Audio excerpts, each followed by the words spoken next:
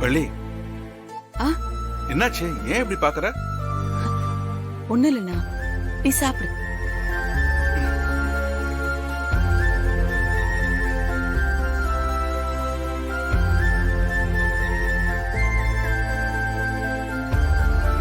வள்ளி, என்ன இப்படி பாத்துக்கிட்டே இருக்க? அது நீ இப்பெல்லாம் சரியா சாப்பிடுறதே இல்லண்ணா.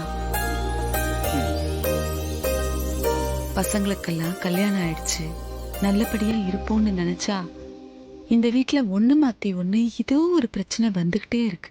இப்படி நீ நிம்மதியா உட்காந்து சாப்பிட்டு நான் பார்த்து ரொம்ப நாள் ஆச்சுண்ணா. ரொம்ப நாளைக்கு அப்புறம் நீ கேட்டு வாங்கி சாப்பிட்டல்ல, அதை பார்த்து போய் என் மனசே நிறைஞ்சு போச்சுண்ணா. அவ்வளோ சந்தோஷமா இருக்கு. வள்ளி, ஒரு பிரச்சனை வரும்போது தட்டி கொடுக்கறதுக்கும், நான் இருக்கேன் பாத்துக்கலாம்னு சொல்றதுக்கும் கூட ஒரு ஆள் இருந்தாங்கன்னா நம்ம கவலை பாதியா குறைஞ்சிடும். ம். எனக்கு பசங்க 3 பேர் இருக்காங்க. ஆனாலும் அது அது என்னன்னா, அவங்கள சுத்தியே பிரச்சனை வந்துகிட்டு இருக்குல்ல. என்ன பண்றதுன்னு தெரியாத சுச்சுவேஷன்ல தான் நானும் இருந்தேன். ஆனா இப்ப கொஞ்சம் தைரியமா இருக்கு. அதுக்கு காரணம் ம், நம்ம வீரா. எனக்கு வீராவை முதல் தடவை பார்த்ததுல இருந்து அதோட தைரியம், தன்னம்பிக்கை இதெல்லாமே ரொம்ப பிடிக்கும். இப்ப நம்ம வீட்டுக்கு மருமகளா வந்து நம்ம பக்கத்திலேயே நின்னுக்கிட்டு, நான் பாத்துக்கிறேன் மாமா, நீங்க கவலைப்படாதீங்க அப்படின்னு சொல்லும்போது, அது என்னமோ தெரியல, மத்தவங்க கொடுக்கிற தைரியத்தை விட வீரா கொடுக்கிற தைரியம் இன்னும் மனசுக்கு ரொம்ப பெரிய தைரியத்தை கொடுக்கு.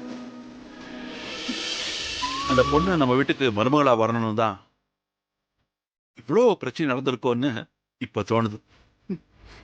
வீரா இந்த வீட்ல தான் வந்து வாழணுங்கிறது விதிண்ணா. இப்ப மட்டும் இல்ல வள்ளி, நான் ஒவ்வொரு தடவையும் நம்ம குடும்பத்தை பத்தி கவலைப்பட்டு உட்காரும் போதெல்லாம் வீரா நான் பாத்துக்கிறேன் மாமான்னு என்கிட்ட சொல்லும். அது சொன்ன மாதிரியே அந்த பிரச்சனையை முடிச்சும் கொடுத்தோம். உண்மையிலேயே அந்த பொண்ணு நம்ம குடும்பத்துக்கு வந்தது நம்ம பண்ண புண்ணிய வள்ளி. ம். இப்ப பாராட்டுவ. ஆனா அவ இந்த வீட்ல இருக்கிறதுக்கு காரணமே உன் புள்ளதான். அத மறந்துடாத. ம், உடனே நீ உன் மருமகனை விட்டு கொடுக்காம பேசுவிய. பின்ன என்ன, நீயே சொல்லு. அன்னைக்கு மாறம் மட்டும் அவ்ளோ கஷ்டப்பட்டு வீரா கழுத்துல தாலி கட்டலனா இன்னைக்கு அவ இந்த வீட்ல இருப்பாளா? வீரா இந்த வீட்டுக்கு மருமகளா வந்தது ரொம்ப சந்தோஷமா இருந்தாலும், ஆனா அதை அவன் செஞ்ச முறை ரொம்ப தப்பு.